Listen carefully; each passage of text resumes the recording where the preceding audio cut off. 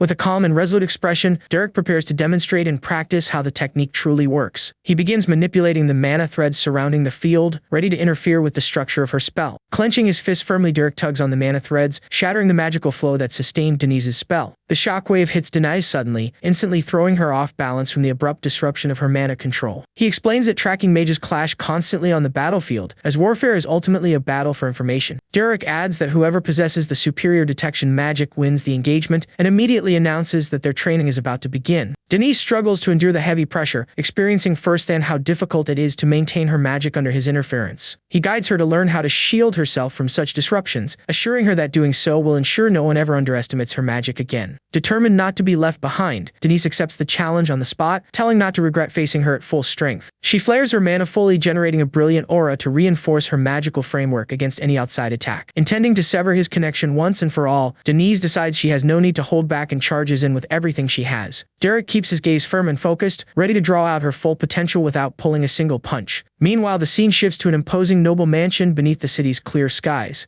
Surveying the new grounds with a proud posture, young Yahello evaluates every detail of the estate she just arrived at. The butler apologizes for only securing a modest mansion, but Yahello calmly replies that the place is more than sufficient. Eager to train, the girl mentions that all she needs is a proper training ground and marches right ahead. Before she can walk away, the butler interrupts to deliver a newly arrived letter from the main residence, sent by Denise. Yahello glances back curiously, wondering why Denise would send a message directly to her at this moment. Outside in the afternoon breeze, she opens the letter to see what the other girl has to say. As her eyes scan the text, Yahello's expression shifts, and she grips the paper tightly. A sarcastic smirk spreads across her face upon reading the absurd proposal laid out in those lines. Seeing that Denise challenged her to a duel while asking her to lose on purpose, Yahello scoffs, finding the scheme utterly pathetic. Annoyed by the audacity, she thinks to herself that Derek is a far better match for the Duplain family than for Denise. Shortly after, in Ibelstein's noble district, the calm of the day settles over the gardens of high society. Denise appears completely drained, sitting at the tea table while letting out a long, exhausted sigh. She begins questioning why she went out of her way to push herself so hard during the previous day's grueling training. Denise recalls with pure embarrassment the moment she collapsed helplessly onto the ground right in front of Derek. Her thoughts are interrupted by the arrival of Aislinn, who approaches gently to speak with her. Aislinn starts the conversation by mentioning she heard her younger sister, Yahello, was quite rude to Denise the other day. Taking responsibility as the older sister, the young woman sincerely apologizes for Yahello's insolent behavior. With a serene smile, Denise sips her tea and tells her not to worry, claiming the two of them merely had a pleasant chat.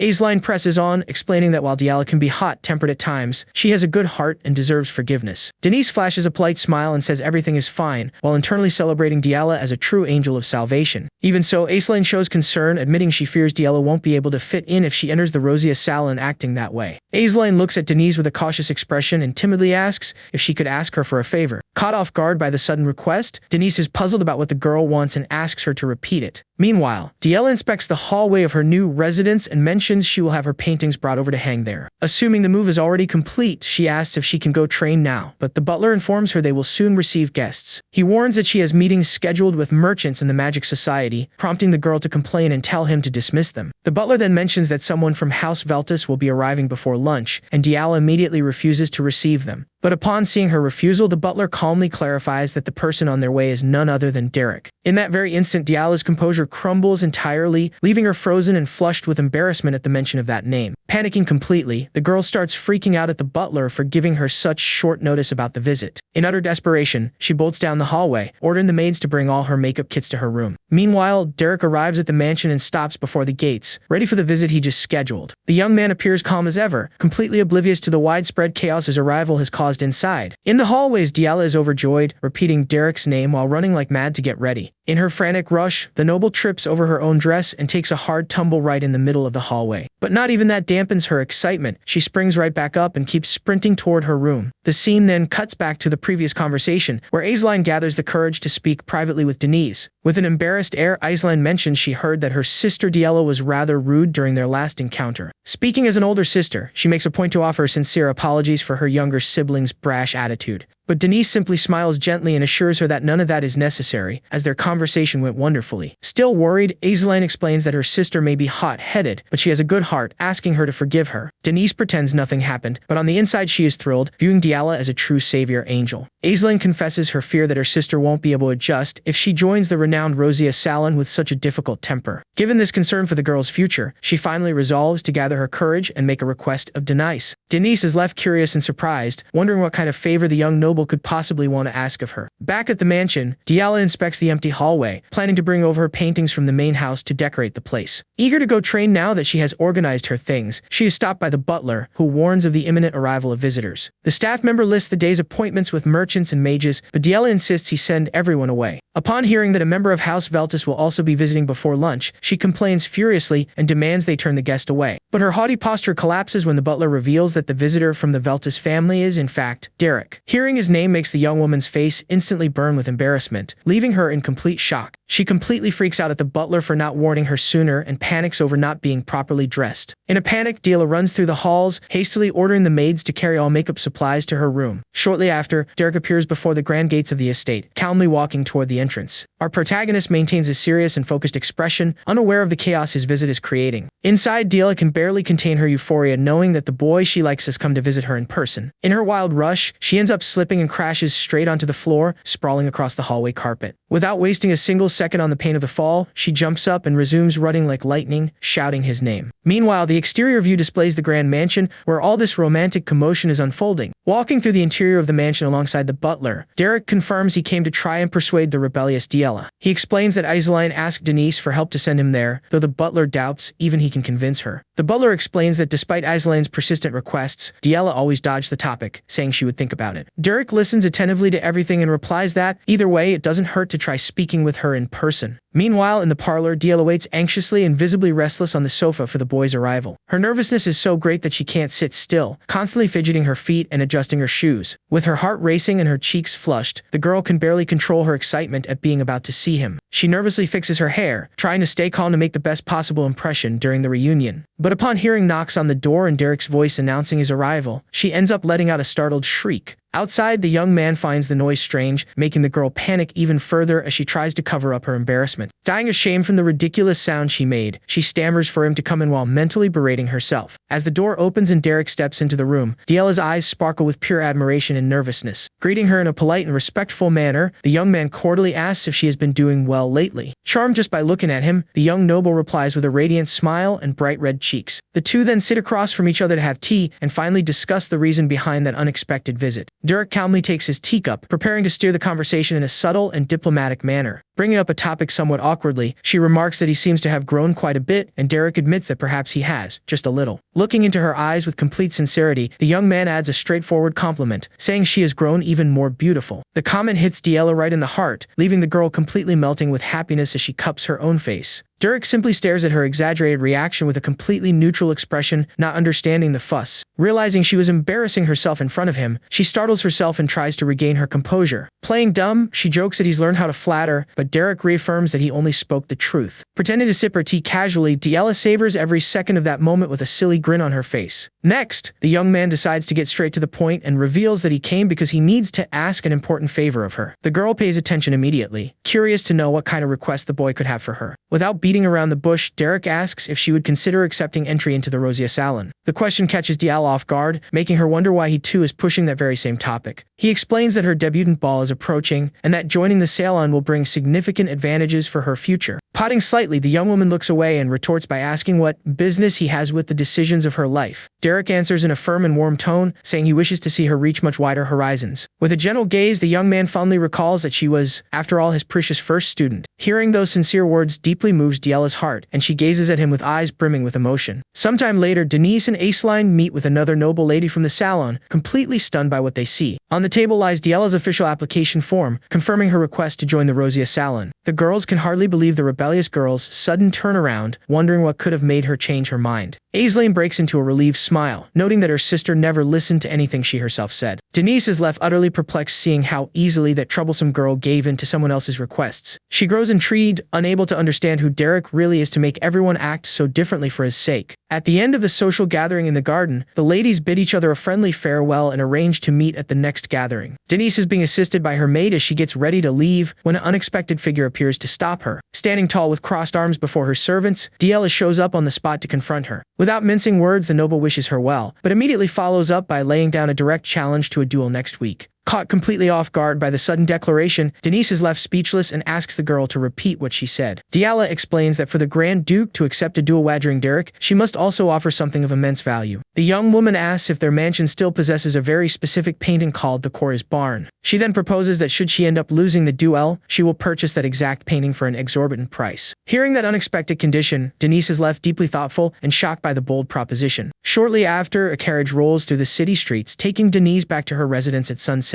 During the ride, the girl asks the maid if there really is a barn painting lost somewhere in the mansion. The maid vaguely confirms the artwork's existence and immediately asks if Denise is happy with all of this. She remarks that the duel has finally been accepted, which means Denise will soon be able to rid herself of Derek. Denise reflects in silence for a moment and replies somewhat uncertainly that she supposes she is indeed happy. As night falls, the lights of the Grand Estate remain lit inside the Grand Duke's office. Denise heads to her father's quarters and reports the entire advantageous purchase proposal she received from Yahello. The Grand Duke thoughtfully weighs the situation upon hearing about the promised purchase of the barn painting. He concludes that for such a high sum, it is entirely worth authorizing the duel wagering Derek's custody. The noble states that she doesn't need to hold value only in magic if she can be useful to the family through deals like this. Hearing her own father's coldness, Denise merely maintains a quiet, resigned expression before those demands. The next day, the girl goes to a sunlit hill and sits on the grass to train her magical control. Closing her eyes and taking a deep breath, she begins expanding her senses to feel all the surrounding mana. Luminous threads of blue mana spread across the area like a web, revealing all the surrounding nature. She focuses her absolute concentration on every single blade of grass to refine her detection ability. Suddenly, the flapping of bird wings cuts through the sky, catching the attention of her sharpened senses. Feeling the birds cross her magical web, Denise realizes they are the same presences that always linger around her. She notices the birds often watch her perch from the trees and keeps her awareness locked onto them. Alone in the middle of the clearing, the young lady remains immersed in that beautiful display of lights and magical connections. She gently moves her hand through the air, guiding the mana threads with extreme delicacy and sensitivity. Charmed by the experience, she smiles radiantly until she hears a voice praising how much fun she seems to be having with magic. Opening her eyes, Denise sees Derek walking calmly across the open field toward her. The young man approaches with an understanding and welcoming look, admiring the young woman's steady progress. She playfully complains about failing to sense him, but he praises the girl's incredible growth. Derek then asks if she has ever noticed how using magic and writing romance novels are very similar things. Not understanding where he is going with that comparison, Denise looks at him with a deeply intrigued gaze. He explains that in her books, she envisions the characters' emotions and positions with flawless precision. In detection magic, the principle is the same: find the mana, observe it carefully, and guide it with sensitivity. The young man states that she understands this beauty better than anyone and asks her to recognize her own worth. Touched by his warmth, the girl grows shy and sadly whispers that she doesn't consider herself anyone special. Derek simply watches her in silence, conveying absolute confidence and serenity through his gaze. Denise then stands up from the grass and asks the young man to accompany her to the mansion, as she needs to show him something. Upon reaching a room,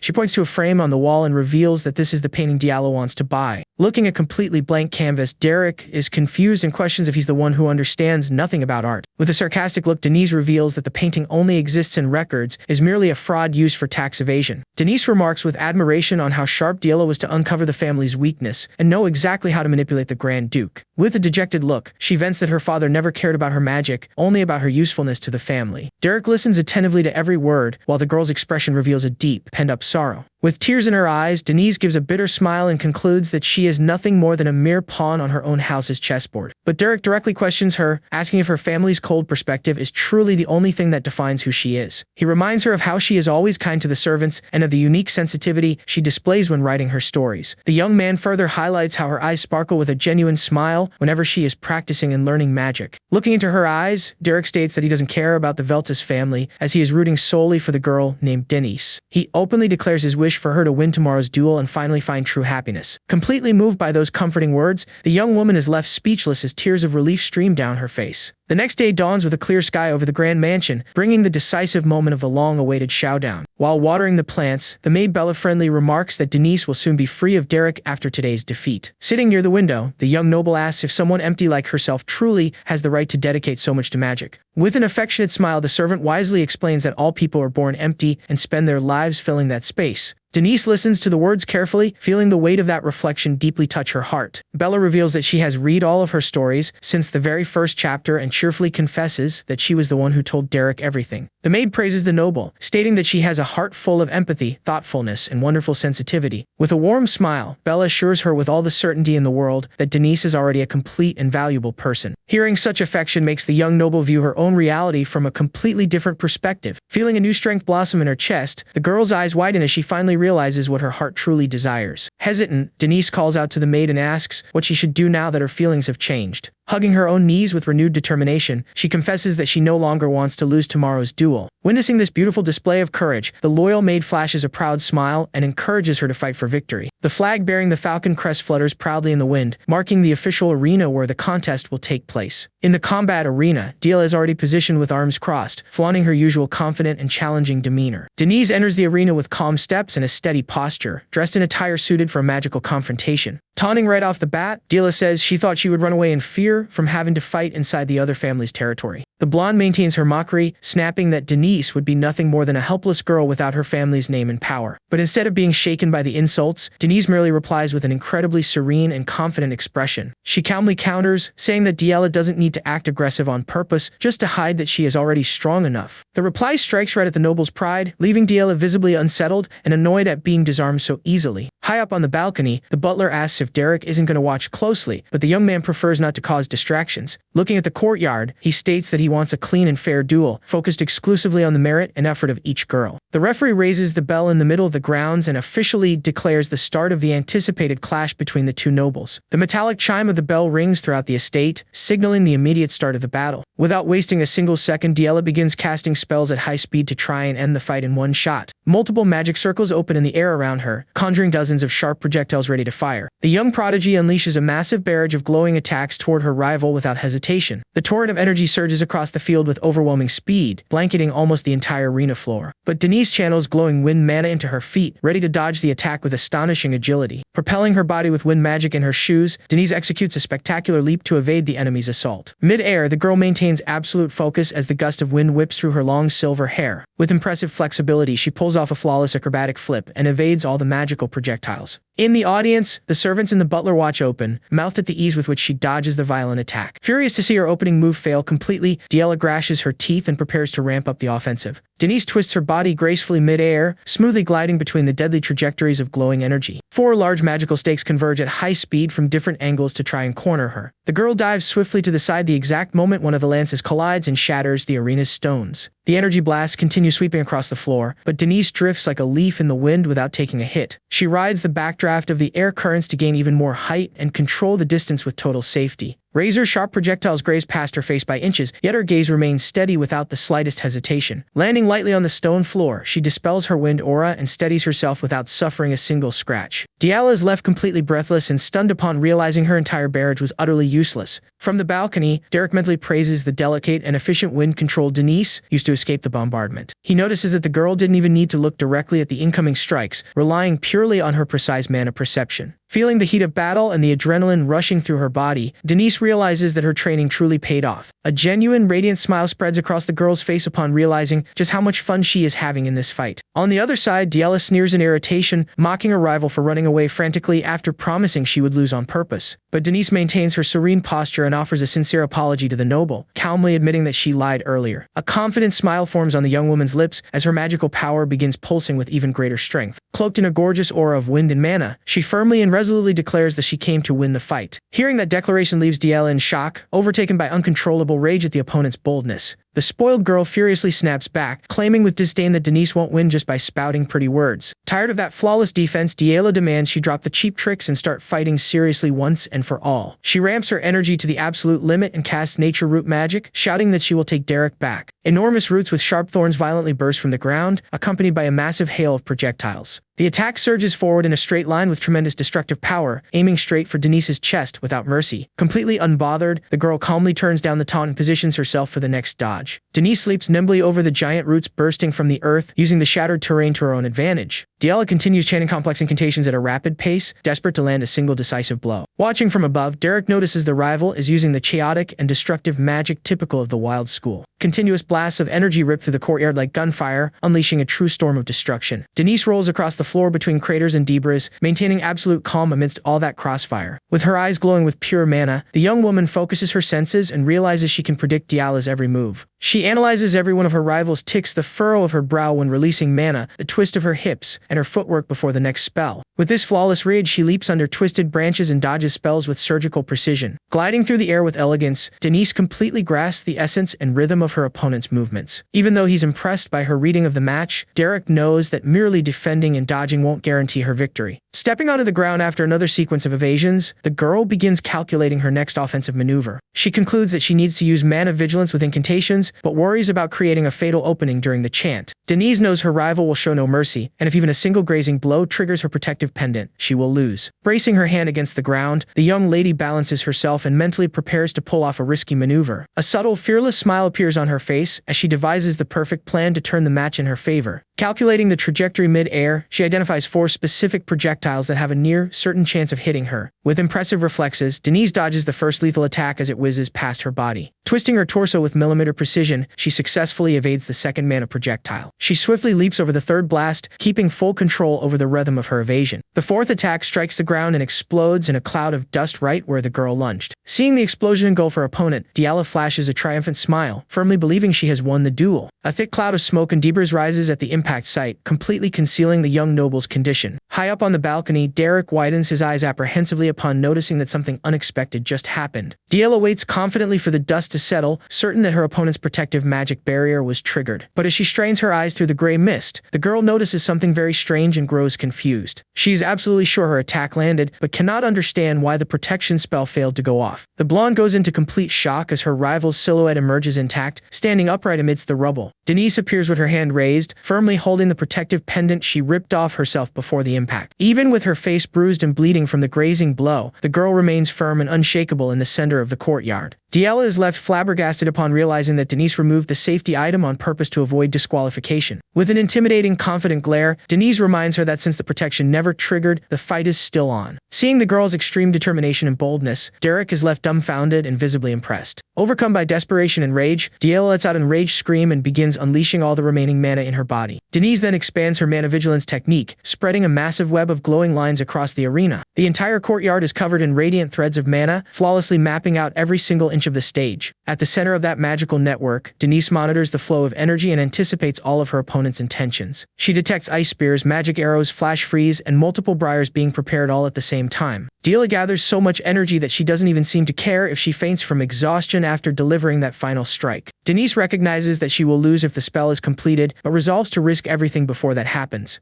Analyzing the activation time, she calculates that only a second and a half remains before the devastating blast. Like a streak of lightning, Denise bolts straight through the air toward her rival, determined to win before time runs out. Desperate to finish the incantation in time, Yahello screams the final words of her spell with all her might. But before she can complete the cast, the blonde is caught off guard by her rival's figure appearing right before her eyes. Denise lands a precise, devastating magical strike dead on, violently sending Yahello flying backward. On the balcony, the butler nearly tumbles forward in utter disbelief at the unbelievable outcome of the match. The servants cover their mouths and clutch their heads, completely stunned to see the prodigy brought down like that. Yahello falls sitting onto the ground as the barrier of her necklace glows brightly, confirming the strike has defeated her. The referee freezes for a second with the bell in his hand, completely speechless at Denise's overwhelming victory. Regaining his composure, he rings the bell repeatedly and loudly declares Denise's official victory for all to hear. Placing her hand over her chest with her eyes closed, Denise lets out a sigh of relief and savors her well-earned triumph. The young lady then offers an elegant bow in the middle of the ruined arena, concluding the duel with utmost class.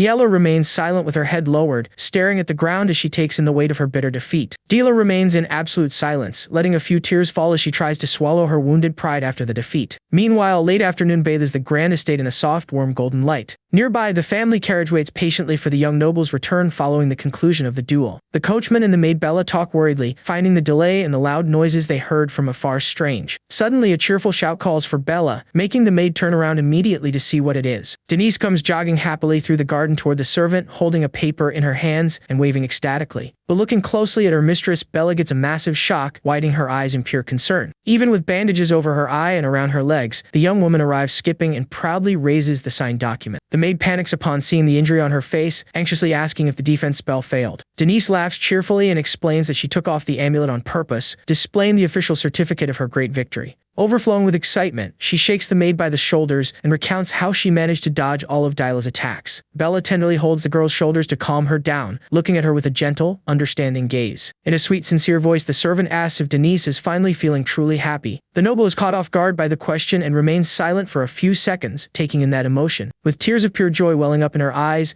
Denise nods her head and breaks into her most radiant smile. Seeing the young lady's genuine happiness, the loyal maid smiles warmly and admits that she too feels very happy. Bella wraps her mistress in a warm embrace, thankful to witness such a genuine heartfelt smile. The two share that moving moment of affection and triumph right in the middle of the beautiful flower garden. Sometime later, the scene shifts to the mansion under the bright light of a fresh, sunny morning. Derek sternly scolds Denise for having the audacity and recklessness to remove the protective amulet. He firmly reminds her that common sense would never allow such a risky move just to win a bet. Bella instantly agrees with the lecture, making the girl shrink in embarrassment and lower her head like a misbehaving child. The young man brings up the challenge letter, leaving the girl stunned as he reveals he had known everything since his visit to Yahello. He points out her contradiction, reminding her that she promised to lose on purpose, yet fought tooth and nail until she secured victory. Derek says that from Yahello's perspective, Denise must look like a terrible, two-faced person, sending the young lady into a panic. Bella agrees with the young man once more, and Denise tries to change the subject, ordering the maid to get back to cleaning immediately. The boy warns that making enemies in the salon is dangerous, suggesting she use Yahello's debutante ball to apologize. Completely defeated by Derek's sensible arguments, Denise accepts the advice and agrees to apologize.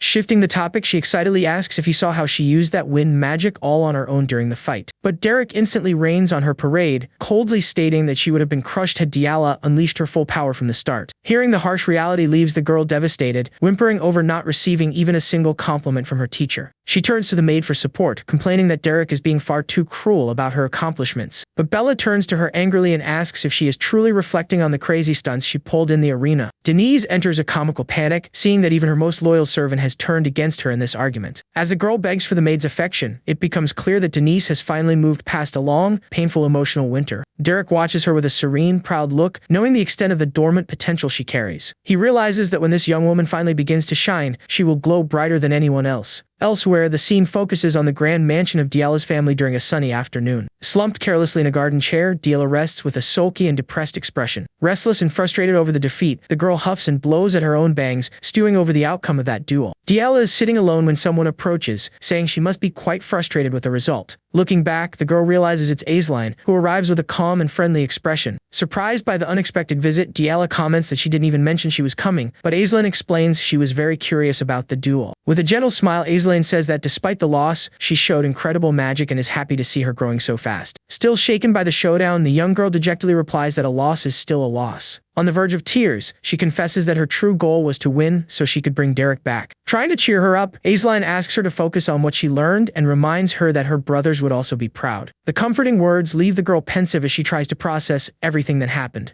Worried, Yahello asks if her brothers have already set out on the second expedition and if they'll be able to return in time for her debutante ball. Aisline tenderly assures her that they will return safely and makes sure to celebrate this milestone by her side. The girl hopes that will be the case, regretfully lamenting having been so difficult and harsh with them in the past. Meanwhile, a violent and relentless storm lashes a grim, mountainous region. Amidst the pouring rain, House Duplain's troops gallop forward toward their next objective. Riding in the lead, the brothers talk about finishing the mission on this raid so they can return in time for Yahello's debut. The group's leader firmly states that the White Labyrinth, which threatens their lands and family, must be conquered at all costs. Determined to fulfill their duty, the knights step into the deep darkness of that mysterious cavern. The scene cuts to nighttime at the tavern where the owner asks Derek if he's still serving as Lady Denny's exclusive tutor. The owner finds the visit strange and questions if he really has free time, but the young man explains that the two of them decided to take a break. Taking a sip of his drink, Derek admits he felt bad for leaving so quickly, using his instructor job as an excuse, knowing the man was injured. The tavern owner falls silent for a moment, surprised by the young man's thoughtful attitude. Derek quickly breaks the serious mood,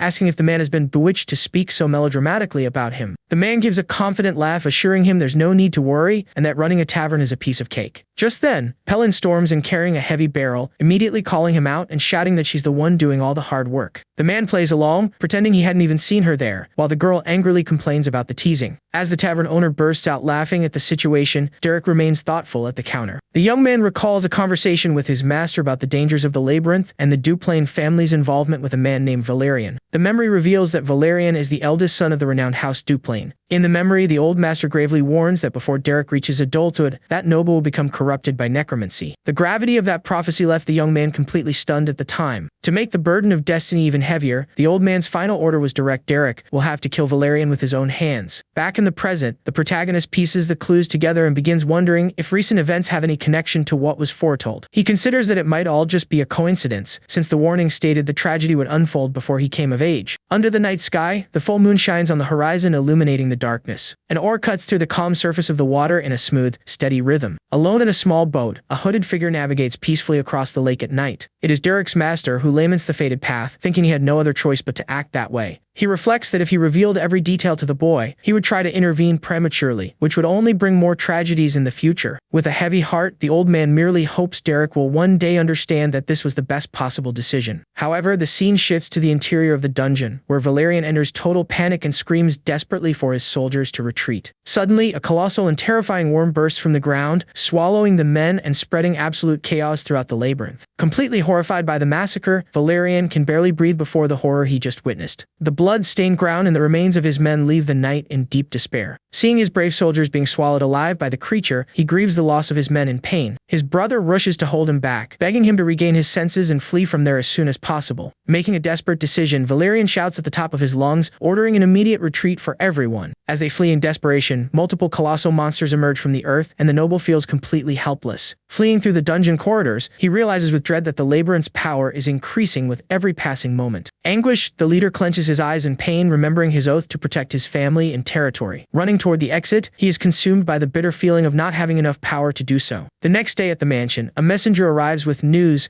that a letter from House Duplain has been delivered. Still in bed, Denise is thrilled to open the long-awaited correspondence. Without wasting time, the girl excitedly runs to the courtyard, calling for Derek to share the news. Overjoyed, she shows the paper and celebrates that she too was invited to Diala's debutante ball. Ever the realist, Derek reminds her that it was merely a formality between families, making Denise complain about his grumpy attitude. The young lady then feels embarrassed and admits she knows full well she's just a supporting character in this whole story. She shows the letter bashfully, explaining that Diala explicitly requested that her magic instructor attend as well. Derek is surprised, wondering why they would invite a simple mercenary to a high society noble ball. In the late afternoon, Valerian and his brother finally arrive at the gates of the imposing Duplain estate. With a defeated expression and a heavy heart, the young heir rides toward the residence. At the same time, the family patriarch walks under escort into the depths of the fortress. The leader advances through the corridors guarded by armed soldiers, maintaining an air of utmost seriousness. He enters a secret, dimly lit room where something very important is being kept. Before him lies an ornate chest containing an extremely dangerous artifact. The guard offers to help, but the lord takes on the task himself, reminding him that necromancy items are monitored by the Empire. Lifting the lid, the patriarch inspects the staff Valerian recovered from the labyrinth during the first raid. A sinister purple mist shrouds the object, signaling that the dark energy is growing increasingly intense.